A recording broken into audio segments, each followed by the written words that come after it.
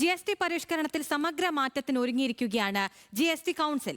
GST ഇളവുകൾക്ക് 56ാമത് GST council യോഗം അംഗീകാരം നൽകി. ഇനി 5%, 18% എന്നിങ്ങനെ 2 സ്ലാബുകൾ മാത്രമാണ് ഉണ്ടാകുക. നിത്യോപയോഗ സാധനങ്ങൾക്കും വില കുറയും. സെപ്റ്റംബർ 22 മുതൽ പുതിയ നിരക്കുകൾ പ്രാബല്യത്തിൽ വരും. അതേസമയം GST പരിഷ്കരണം സംസ്ഥാനത്തിനുണ്ടാകുന്ന നഷ്ടം നികത്തുന്നില്ല എന്ന് ധനമന്ത്രി KN ബാലഗോപാൽ പറഞ്ഞു. ഞങ്ങൾ പറഞ്ഞത് വില കൂട്ടുകയും വേണ്ട, കേന്ദ്ര സംസ്ഥാനം പ്രത്യേകമായിട്ട് ഒന്നും എടുക്കണ്ട.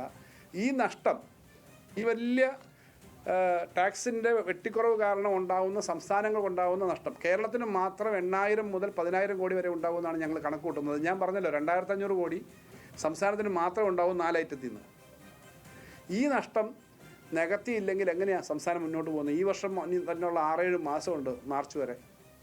ആ സമയത്ത് ഈ വലിയ വരുമാനം കട്ടിങ് വന്നു കഴിഞ്ഞാൽ അങ്ങനെ മുന്നോട്ട് പോകും. എല്ലാ സംസ്ഥാനങ്ങൾക്കും അത് തരണമെന്ന് പറഞ്ഞാൽ അത് കേൾക്കാനേ തയ്യാറായിട്ടില്ല എന്നുള്ളത് അങ്ങേയറ്റം വിഷമകരമായ കാര്യമാണ്. ഞങ്ങൾ അതിൻ്റെ പ്രതിഷേധം അവിടെ രേഖപ്പെട്ടു. ശരത് ലാലുണ്ട് വിവരങ്ങളുമായി. ശരത്ത്, ഈ GST കൗൺസിലിൽ ഉരുത്തിരിഞ്ഞ തീരുമാനങ്ങൾ എന്തൊക്കെയാണ്? അവശ്യ സാധനങ്ങൾക്കൊക്കെ വില കുറയുമെന്നാണ് മനസ്സിലാക്കാൻ കഴിയുന്നത്. ഇതിൽ സംസ്ഥാന സർക്കാരുകളുടെ നിലപാടുകൾ എന്താണ്? ഇതിലെ വളരെ പ്രധാനപ്പെട്ട തീരുമാനമാണ് GST കൗൺസിലുണ്ട്. 56ാമത്തെ GST കൗൺസിൽ ഉണ്ടായിരുന്നത്. അതിൽ നികുതി ഘടന പൂർണ്ണമായി പുനഃക്രമീകരിക്കുകയാണ്. നിരവധി സ്ലാബുകൾക്ക് പകരം 2 സ്ലാബുകളായിട്ട് മാറുകയാണ്. 5%, അതേപോലെ തന്നെ 18%, പിന്നെ ലക്ഷറി ഐറ്റങ്ങൾക്ക് ഫിൻചർ ഐറ്റങ്ങൾ എന്ന് ധനകാര്യ വകുപ്പ് കണക്കൂട്ടുന്ന പുകയില, അതുപോലെ മദ്യം ഉപയോഗിച്ചുള്ള ഉൽപ്പന്നങ്ങൾ, അതുപോലെ ഡ്രോണുകൾ, അതേപോലെ തന്നെ ലക്ഷറി കാറുകൾ, ഇവക്കൊക്കെ 40%. ഇങ്ങനെയാണ് ഉള്ള ഒരു നികുതി ഘടനക്കാണ് ഇപ്പോൾ ചെയ്തത്. വളരെ സാധാരണ തുണി മുതൽ ടൂത്ത് ബ്രഷ്, ഷാമ്പു അടക്കമുള്ള മുഴുവൻ വസ്തുക്കൾക്കും വില കുറയും. അതുപോലെ ഭക്ഷ്യവസ്തുക്കൾക്ക് വില കുറയും തുടങ്ങിയ നിരവധി ഗുണങ്ങളാണ് യഥാർത്ഥത്തിൽ ഉപഭോക്താക്കൾക്ക് ലഭിക്കുന്നത്.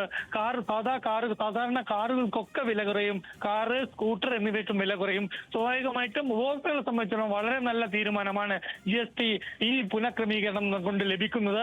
ഒരു ദീപാവലി ബോൺസ് എന്ന് തന്നെ പറയേണ്ടി വരും പ്രധാനമന്ത്രി പറഞ്ഞ മാതിരി. എന്നാൽ മറിച്ച് സംസ്ഥാനങ്ങൾക്ക് ഇത് വളരെ വലിയ റവന്യൂ നഷ്ടമാണ് വരുത്തി വെക്കുന്നത്, വരുമാന നഷ്ടമാണ് വരുത്തി വെക്കുന്നത്. 8 ഇന്ത്യ സഖ്യ ധനകാര്യ മന്ത്രിമാർ ഇക്കാര്യം വളരെ വ്യക്തതയോടെ തന്നെ യോഗത്തിൽ പറയുകയും ചെയ്തു. ഇത്രയധികം നികുതി നഷ്ടമാകുന്ന ഒരു സാഹചര്യത്തിൽ ഈ നികുതി ലഭിക്കാത്ത സംസ്ഥാന സർക്കാർക്ക് ഏക വരുമാന മാർഗം നികുതിയാണ്, GST നികുതിയാണ്. ഈ നികുതി ലഭിക്കാത്ത സാമ്പത്തിക പ്രതിസന്ധിയില്ല. ഇതിനുവേണ്ടി GST കൗൺസിലിൽ ഉരുത്തിരിഞ്ഞ തീരുമാനങ്ങളിൽ ആശങ്ക അറിയിക്കുകയാണ് സംസ്ഥാനം. കേരളം അടക്കമുള്ള സംസ്ഥാനങ്ങൾ. ശരത് ലാലാണ് വിവരങ്ങൾ നൽകിയത്.